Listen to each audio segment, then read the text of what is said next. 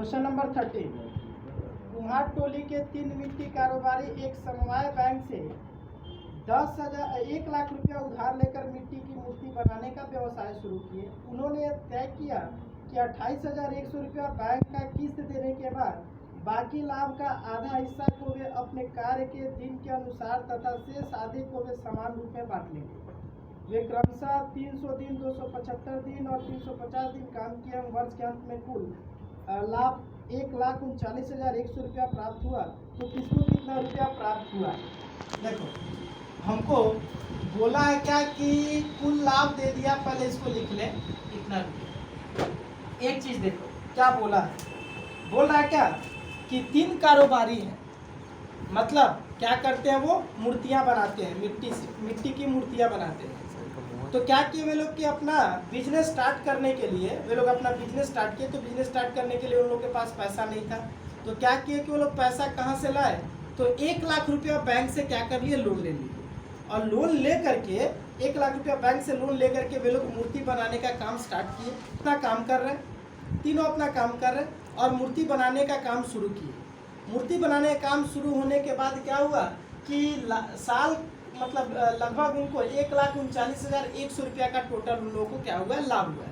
तो लाभ का रुपया अगर मान लो तीनों बराबर बराबर बांट ले तो जानते हो क्या होगा, दिक्कत होगी। क्यों?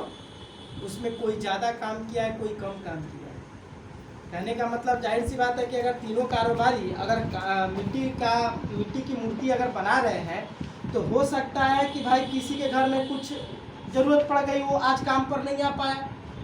तो कोई मान लो कि 365 दिन में कोई 300 दिन काम किया, कोई 290 दिन काम किया, कोई 320 दिन काम किया। तो जो ज़्यादा दिन काम करेगा उसको भी उतना ही रुपया मिला, जो कम दिन काम करेगा उसको भी लाभ का बराबर रुपया मिलेगा सबको। तो जो ज़्यादा दिन तक काम किया उसको तो भाई खटेगा ना कि हम ज़्यादा काम किया और हमको उतना ही रुपया मिल रहा। तो इसीलिए वो लोग क्या किए, पहले ये निश्चय कर लिए, पहले ये तय कर लिए कि जितना भी रुपया लाभ का बनेगा उस लाभ का पहले आधा हिस्सा निकाल लिया जाएगा और आधे हिस्से को वे लोग बराबर बराबर बांट लेंगे। आधा हिस्सा निकालेंगे, जितना रुपया लाभ हुआ उसका आधा निकाल लेंगे और निकाल करके वे लोग तीनों बराबर बराबर बांट लेंगे। क्योंकि लाभ का हिस्सा पहले क्या हुआ कि देखो, लाभ जितना रुपया हुआ है ना, तो लोग बैंक से लिए थे, 1 लाख रुपया उधार लिए थे। तो बैंक का किस्त पहले वो चुकाएंगे। बैंक का बोल रहा है कि बैंक का किस्त हर एक महीना वो लोग 28,100 रुपया बांध लिए कि हाँ हम लोग प्रत्येक महीना हम लोग 28,100 रुपया बैंक का किस्त चुकाएंगे। और बाकी जो लाभ बचेगा उस लाभ का आधा हिस्सा वो निकाल लेंगे और निकाल करके उस आधे हिस्से को क्या करेंगे, अपने मूलधन के अनुपात में बांटे, अपने मतलब तीनों अपने में बराबर बराबर बांट लेंगे। और बाकी जो लाभ बचेगा उस लाभ को वे लोग अपने काम के किए गए दिनों के अनुसार बांटेंगे। मतलब जो जितना दिन काम किया है उसके हिसाब से रुपया बटेगा, किसी को कोई तकलीफ नहीं होगी। क्यों? क्योंकि तीनों भाई बराबर परिश्रम दे रहे, तीनों जो है अपने दम पर 1 लाख रुपया लिए हैं। लाभ जितना रुपया भी हो रहा है उस लाभ में से कुछ रुपया वो लोग बैंक का किस्त चुका दे रहे और जो बचेगा, क्योंकि तीनों पार्टनर्स हैं, तो जो बचेगा तो तीनों अपने में बराबर बराबर बांट लेंगे। तो ऐसा नहीं होगा, क्या होगा कि लाभ का कुछ हिस्सा लेकर के वो लोग बराबर बांट लिए और बाकी जो हिस्सा बचा उस हिस्से को वे क्या कर रहे हैं, जो जितना दिन काम किया है उनको उस हिसाब से किए गए काम के अनुसार से उनको पैसा मिलेगा। तो किसी को कोई दिक्कत नहीं होगी, क्योंकि रुपया बराबर बराबर भी कुछ बटा है और जो जितना दिन काम किया उसके हिसाब से भी रुपया बटा है। आई बात समझ में? तो 1,39,100 रुपया टोटल लाभ हुआ है और वो लोग 1 लाख रुपया क्या किए थे, बैंक से लोन लिए थे। तो क्या हुआ कि वो लोग निश्चय कर लिया है कि हम लोग प्रत्येक महीना बैंक का लोन 28,100 रुपया करके प्रत्येक महीना हम लोग क्या करेंगे, चुकाएंगे। और जितना रुपया बचेगा उस रुपया में से हम लोग आधा पहले निकाल लेंगे और आधा रुपया को हम लोग तीनों बराबर बराबर बांट लेंगे और बाकी जो आधा हिस्सा बचेगा उस आधे हिस्से को तीनों बांटेंगे अपने में। किस तरह से?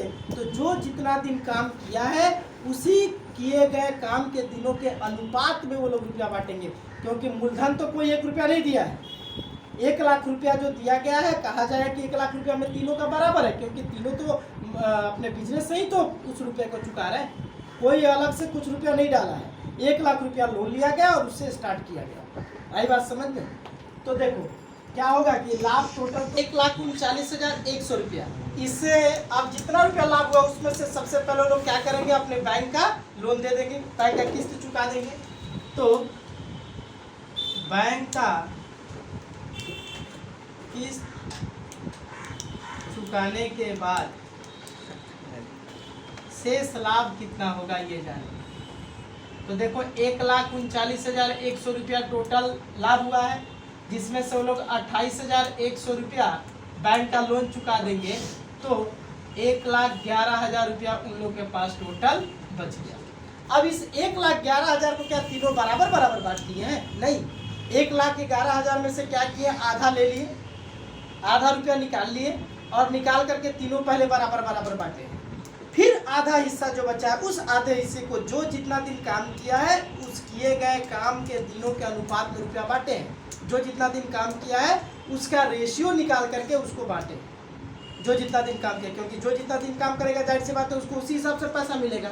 यहाँ पे तो नो वर्क नो पे होता है, कहीं पे भी तुम अगर तुम लगभग काम करने जाओगे तो काम करोगे तो पैसा मिलेगा, नहीं करोगे तो नहीं मिलेगा। तो जो जितना दिन काम किया है उसके हिसाब से उन लोग को रुपया बाकी आधा हिस्सा में लोग बांट लिए। तो देखो, तो पहले आधा हिस्सा निकालेंगे यहाँ पे, तो शेष लाभ का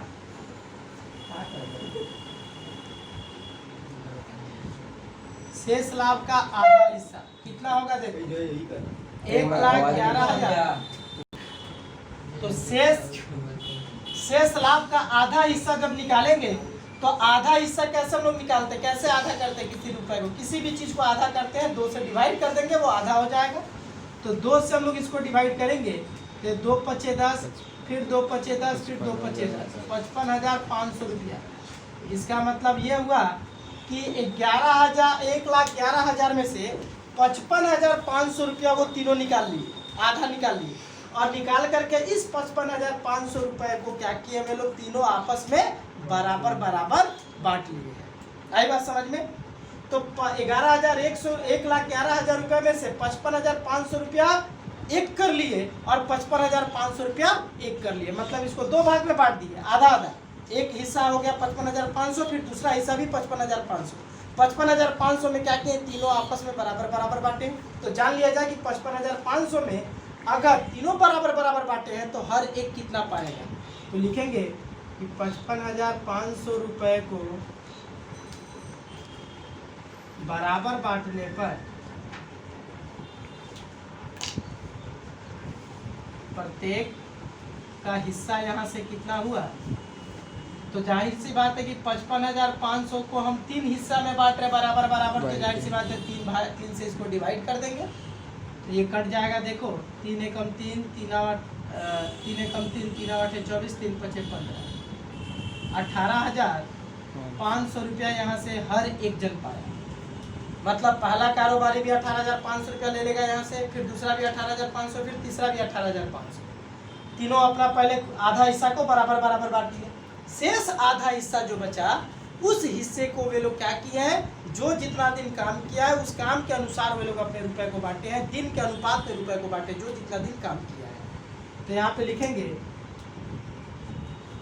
शेष आधा हिस्सा को दिन के अनुपात में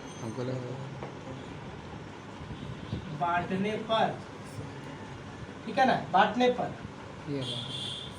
अनुपात क्या होगा, किए गए, बांटने पर किए गए काम के दिनों का अनुपात, मतलब जो जितना दिन काम किया है उस काम किए गए काम के दिनों का अनुपात कितना होगा।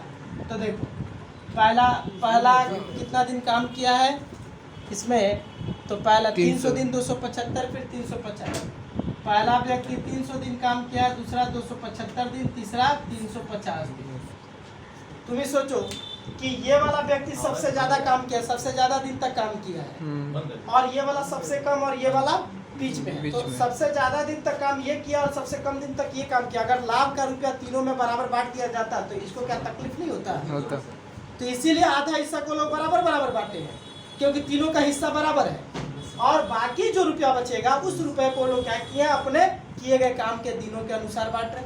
तो अब देखो क्या करेंगे, इसको हम लोग काटेंगे तो कटेगा तुम्हारा 5 से 5 7 35 50 25 50 25, फिर ये कटेगा 5 6 31, फिर ये 5 से काट दो, ये 12 बार में, ये 5 से कट जाएगा 11 बार में, और ये 5 से 14, तो 12:11:14। फिर अनुपातिक योग निकालेंगे, क्योंकि इस अनुपात में बाकी आधा हिस्सा बटेगा, तो अनुपातिक योग 12 + 11 + 14 हो जाएगा 37।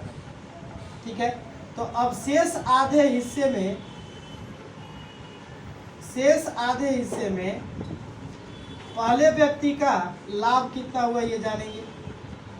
पहले व्यक्ति का लाभ मतलब 55,000, 1,11,000 में से 55,500 निकाल के तीनों बात लिए बराबर 18,500 रुपये प्रत्येक को मिला, और जो और आधा हिस्सा जो 55,500 बचा था, उस 55,500 को ही क्या कर रहे, तीनों आपस में बांट रहे हैं, लेकिन किस अनुपात में, इस अनुपात में।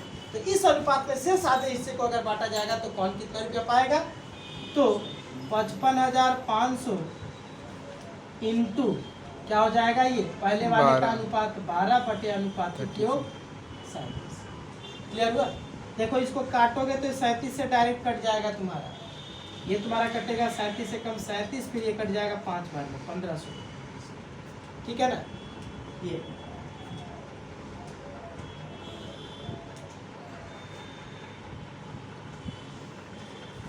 तो अब देखो 12 से इसको अगर इंटू करोगे तो ये हो जाएगा 12,000 12,000, फिर 12 25 60, 8 6 12 1 12 6 18,000 रुपया। पहला व्यक्ति 18,000 रुपया पाया, ये जिस हिसाब से काम किया था उस हिसाब से 55,500 में 18,000 रुपया पाया। दूसरा व्यक्ति का लाभ 55,500 इंटू दूसरे का अनुपात है 11 बटे अनुपातिक योग 37, ये कट जाएगा फिर 1500 बार, तो 15 से 11 का इंटू कर देंगे तो ये हो जाएगा 16,500 रुपया। तो ये जितना दिन काम किया उस हिसाब से 16,500 रुपया पाएगा। तीसरा व्यक्ति का लाभ कितना होगा, तो 55,500 इंटू दूसरे का है 14 बटे तीसरे का अनुपातिक मान 14 बटे अनुपातिक योग 37, काट देंगे 1500 बार कट जाएगा, तो इसको इंटू कर देंगे तो 21,000 रुपया। तो अब देखो क्या यही हो गया मेरा टोटल लाभ, नहीं ये नहीं हुआ। पहला व्यक्ति 18,500 रुपये इधर से पाया और 18,000 इधर से पाया, इन दोनों को जोड़ेंगे तब पता चलेगा कि इसका टोटल लाभ कितना हुआ। तो यहाँ पे लिखेंगे, इसलिए पहले व्यक्ति का कुल लाभ, पहले व्यक्ति का कुल लाभ कितना होगा, तो पहला व्यक्ति 18,500 रुपया उधर से पाया, फिर 18,000 रुपया इधर से पाया, तो इन दोनों को जोड़ देंगे तो हो जाएगा 36,500 रुपया। पहला व्यक्ति टोटल पाया 1,11,000 में से 36,500 रुपया पहला व्यक्ति पाया।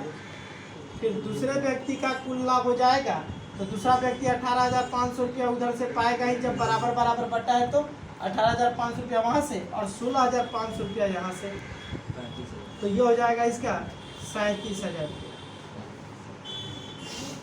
ठीक है, 37,000।